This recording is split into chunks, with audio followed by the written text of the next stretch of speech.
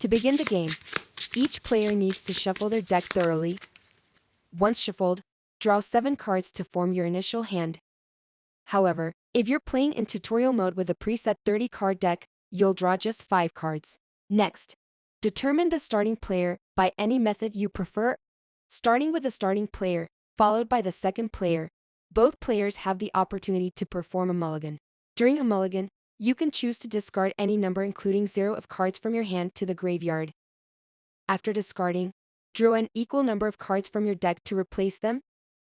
After both players have completed their mulligans, the game officially begins. Let's go over the turn flow in our game. Players alternate turns, with the player acting on their turn referred to as the attacking player and the other as the defending player. A turn starts with the start phase, moves into the untap phase, then the prepare phase, and enters the battle phase. The battle phase itself consists of 4 sub-phases: the attack phase, defense phase, damage phase, and ends with the return phase. After the return phase, the turn concludes. Let's focus on the beginning of a turn. Starting with the start phase and then the untap phase. In this start phase, the attacking player has the opportunity to summon their ace back into the game at no cost, but only if it is currently not in play. After summoning the ace, the attacking player then draws 1 card from their deck. Moving on to the untap phase, the attacking player will untap all of their cards. On the other hand, the defending player can only untap their ace if it is in the tapped state. In our game, cards in landscape orientation is called tapped state and untapped state if the card is in portrait orientation. In the prepare phase, this is your main opportunity to summon cards. You can only summon cards during your own prepare phase. There are 2 exceptions to the general rule, which are cards with a flexible trait and event cards. Event cards will have a phase tag indicating when they can be summoned. Summoning cards requires mana. Any card that has a mana logo in its bottom left corner can be summoned as mana. During your prepare phase, you can summon at most 1 mana. There's no limit to how many cards you can summon each turn, as long as you can afford the cost. The cost of summoning cards is displayed in the top right corner of each card. The left part of this set shows the level requirement. You must have an equal or greater number of mana in the untapped state. For example, to summon this eagle card, you need at least 3 mana in untapped state. After meeting the level requirement, you need to pay the mana cost, which is indicated by color and amount right beside the level. For the eagle, you need to tap 1 green mana. For instance, to summon the Philidian soldier, you need 4 mana in untapped state and then tap 2 green mana. For the swan, it requires 6 mana in untapped state and to tap 3 red mana. Summoning an item follows a similar process to Aetherius, but you must select Aetherius that does not already have an item at the time you reveal the item card. For an aura, it's also similar, but you can choose which player's summon area to place the aura in when you reveal it. Once you've completed summoning and are ready, you declare moving to the battle phase. Welcome to the battle phase of our game, which consists of 4 sub-phases: the attack phase, defense phase, damage phase, and return phase. Let's go through them. In the attack phase, the attacking player selects and deploys their Aetherius to attack in the battle area. Next, we move to the defense phase, where the defending player responds by deploying their Aetherius to block the attacks, also in the battle area. Following that, in the damage phase, the deployed Aetherius deal damage, either to the defending player or to each other.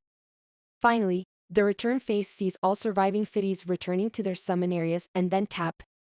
Once this phase concludes, the turn ends, and the defending player from this turn becomes the attacking player for the next turn. In this phase, the attacking player may select their Aetherius that are ready to attack and deploy them into the battle area. Only Aetherius in this untapped state and those not summoned this turn can attack. The first step in deploying your Aetherius is to check their terrain suitability. Each Aetherius can only attack in a battle area that matches its terrain type. For example, this Aetherius, named DOS, can only attack in G battle area. Julie, another Aetherius, can only attack in battle area A. Spirima, on the other hand, is able to attack in either G or A battle area. Only Aetherius sharing the same terrain suitability can be grouped into the same battle line. This means they will attack together in the same battle area. Once you have your Aetherius group, you'll determine the order of the battle line. Choose 1 Aetherius to lead. This will be your leading Aetherius. If you're assigning multiple fiddies to the same battle line, arrange the others behind the leader, one after another, like this. Finally, move your organized battle line to the designated battle area. To calculate the combat power of a battle line, the first fiddies in the line contributes its melee power to the combat power. All fiddies behind the first use their range power to contribute to the combat power. For instance, if the leading fiddies has a melee power of 5, and the two subsequent fiddies each have a range power of 1, the total combat power of the battle line would be 5 plus 1 plus 1, totaling 7. In this phase, the defending player may select fiddies that are ready to block and deploy them into the battle area. Remember, only fiddies in the untapped state are able to block.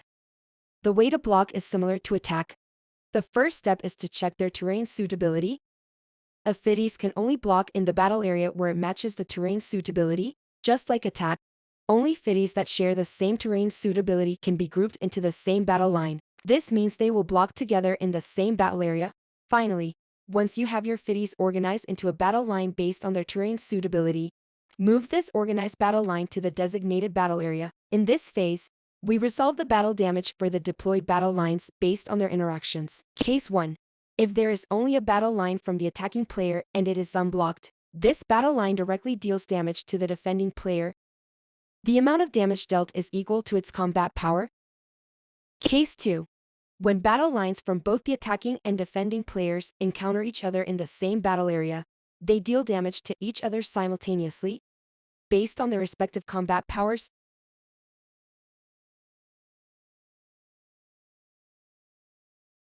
When a battle line receives damage, the leading fiddies in the line takes the damage first. If the damage received is equal to or greater than the fiddies' health, that fiddies is destroyed. Any excess damage then passes on to the next fiddies in line.